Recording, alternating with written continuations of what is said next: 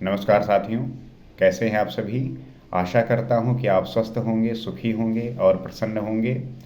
जैसा कि हम अष्टावक्र गीता में इस बात को समझने का प्रयास करते हैं कि हमारी जो उपस्थिति है इस संसार में, अगर हम इन विषयों को लेके इतने आकर्षित और इतने आसक्ति में ना पड़े तो शायद हम इन विषय वस्तुओं से छूट सकते हैं और उस परम ब्रह्म परमात्मा अर्थात आत्मा को जान सकते हैं, जहाँ वो अपने आप को अपने आप में सत्य है और वही सब कुछ है।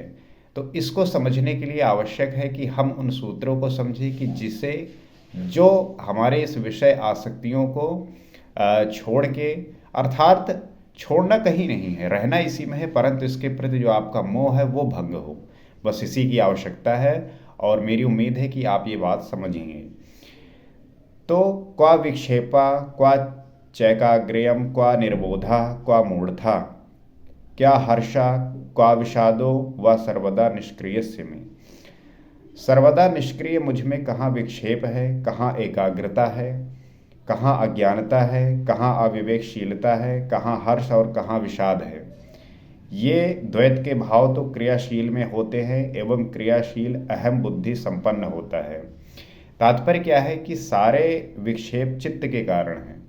आपके जो भी परेशानियां हैं, आपके जो भी विक्षेप हैं, आपके जो भी बेचैनी है, वो आपके चित्त मात्र के कारण है, अर्थात आपकी मन की चंचलता, अर्थात आपका जो मन सदैव अस्थायी रहता है, कहीं ना कहीं कुछ प्राप्त करने का जो भाग रहता है इसका, ये सदैव आपको इस तरीके से विचलित करता है और आपको आपके गंतव्य स्थान से पहुंचाने में बाधा उत्पन्न करता है। तो वही कह रहे हैं कि सारे विक्षेप का जो जड़ है वो आपका चित्त है। विक्षेप चित्त की वृत्तियां उत्पन्न करती है और ये जो विक्षेप है यही आपके चित्त की जो वृत्तियां है उसको उत्पन्न करती है।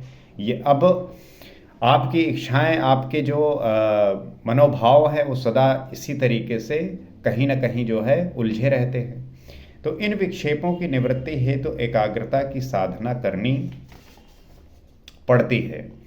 इसीलिए जो है आप देखेंगे कि जब आप कुछ प्राप्त करने की आशा करते हैं तो ये कहा जाता है कि आपको एकाग्र होना है, आपको साधना है और इस साधना के रास्ते में अपने आप को किस तरीके से इन विषय वस्तुओं से हटना है ये आवश्यक हो जाता है। तो लेकिन जो आत्मज्ञानी के समस्त विक्षेप शांत हो जाते हैं, लेकिन जो आत्मज्ञानी होता है उसके जो सारे विक्षेप हैं अर्थात जो चित्त के हैं वो सब शांत हो जाते हैं, वो सब रुक जाते हैं, अर्थात वहाँ पे विक्षेप विचारों का, चित्तों का बचता नहीं है। तो वो आत्मज्ञानी है, वह सिर्फ आत्मा में स्थिर रहता है, वो निष्क्रिय हो जाता है क्योंकि आत्मा क्रिया करती ही नहीं है। अब वो व्यक्ति आत्मा में स्थिर है और जब कोई व्यक्ति आत्मा में स्थिर होगा अर्थात वो निष्क्रिय होगा, अर्थात वो आत्मा जो है क्रिया करती ही नहीं, आत्मा तो अक्रिया है, उसका जो भाव है वो तो बस है साक्षी भाव, अर्थात देखने का, अर्थात आपको ये बात जताने का कि कैसे जो है किसी को अपने कर्तापन और भोक्तापन के भाव से हटकर देखने का जो सिलसिला शुरू होता है। तो वो तो ऊर्जा मात्र है जिसके द्वारा अन्य सभी अंग क्रिया करते हैं। तो अब यहाँ पे आत्मा को ऊर्जा बताया गया है कि वो एक सिर्फ ऊर्जा मात्र है जिसके द्वारा अन्य सभी अंग कार्य करते हैं। आप देखेंगे कि आपके जो अंग हैं वो हमें कभी महसूस ही नहीं होता कि हमारे शरीर में कौन कौन से अंग हैं, कैसे वो कार्य करते हैं, लेकिन जब कभी हमारे चोट लगती है तब हमें महसूस होता है कि हाँ ये अंग भी हमारे साथ जुड़े हुए हैं। जैसे कोई पैर की उंगली मान लीजिए या हाथ की उंगली मान लीजिए, हम विशेषता उस पर ध्यान नहीं देते, लेकिन जब चोट लग जाती है उस उंगली में तब हमें महसूस होता है कि हाँ ये उंगली भी हमारे शरीर से लगी हुई है, अर्थात उस पर हमारा ध्यान जाता है। तो ये है ध्यान की प्रक्रिया। तो अब वहाँ पे आत्मा होने से हमेशा क्रिया रहित हूँ। जनक यही कह रहे हैं, मेरे में विक्षेप नहीं है, इस कारण एकाग्रता की भी कोई आवश्यकता नहीं है। जब विक्षेप है ही नहीं, अर्थात जब आप आत्मा हो गए, अर्थात आप आत्मा ही है, तो वहाँ पे फिर एकाग्रता की जो आवश्यकता है वो पड़ती नहीं। क्यों? क्योंकि विक्षेप है ही नहीं। आप सदैव एकाग्र हैं, आप में किसी भी प्रकार का विक्षेप है ही नहीं। तो आत्मा न होने से मेरे में ना ज्ञान है, न मूर्खता है, न हर्ष है, न विषाद है। अर्थात जब आत्मा हो जाते हैं तो वहाँ पे कर्तापन का और भोक्तापन का जो भाव है वो नष्ट हो जाता है, समाप्त हो जाता है। तो आप जो है ना अज्ञान हुए बचते हैं, न मूर्ख रहते हैं, ना ही हर्ष में रहते हैं और ना ही विषाद में रहते हैं। तो आपका जो ये पूरा प्रक्रिया है बदल जाता है, भिन्न हो जाता है। आत्मा तो इन सबसे परे चैतन्य ऊर्जा मात्र है, मैं वही हूँ। तो आत्मा जो है वो इन सबसे परे है, चैतन्य है, ऊर्जा मात्र है और मैं वही हूँ। जनक यही बात कह रहे हैं कि मैं जो है वही चैतन्य ऊर्जा मात्र हूँ।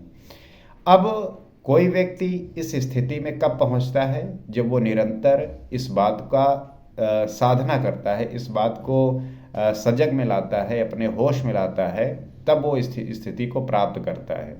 परंतु आज के समय में, आज के सांसारिक जीवन में जो विषय वस्तु हैं उसको किस तरीके से ग्लोरीफाई करते हैं और हर एक जो आपकी इंद्रियां हैं वो उस विषय वस्तु के प्रति कितनी आकर्षित होती हैं और कैसे जो है उसको बताया गया है, उसको जो है सराहा गया है। क्योंकि जब तक आप इस बात से अवेयर नहीं होंगे कि ये जो बात कही गई है इसका वाकई में मतलब क्या है और इससे आप कितना समझते हैं, क्योंकि जब इन बातों का अर्थ आप निकालने लगेंगे तब आप पाएंगे कि हाँ, कि बेहोशी के हालत में जो हम कर रहे हैं, जो जी रहे हैं, क्या वाकई में इसका जो है हमारे होश से या हमारे साधना से, हमारे मोक्ष से मतलब है। तो इसी बात पे गालिब जी कहते हैं, वो कहते हैं कि है ये बरसात वो मौसम की अजब क्या है अगर, है ये बरसात वो मौसम की अजब क्या है अगर, मौजे हस्ती को करे फैज़े हवा मौजे शराब। अब किसी विषय वस्तु को इस तरीके से ग्लोरीफाई किया गया है और लोगों को इस तक इस तरीके से पहुंचाया गया है कि जैसे कोई सब्जेक्ट है, अगर आप उसको ध्यान से जानने की कोशिश करेंगे कि जैसे कि आप कुछ भी खाते हैं या पीते हैं और खाते और पीते वक्त अगर आप अपनी इंद्रियों को संतुष्ट कर रहे हैं, क्योंकि उसमें जो स्वाद है, उसमें जो गंध है, उसमें जो आप देख रहे हैं उसको, वो सब कुछ मिला के आपके मन को जो है संतुष्ट करता है, आपके मन को जो है परिपूर्ण करता है, संतुष्ट करता है। लेकिन समस्या क्या है कि आपका मन और जो ये इंद्रियां हैं ये इन विषय वस्तुओं के प्रति बहुत थोड़े समय के लिए हैं। आपने कोई भोजन किए, कुछ पिए, तो उसके कुछ ही समय बाद आपको फिर वही जो है कुछ खाने और पीने का जो है मन करेगा।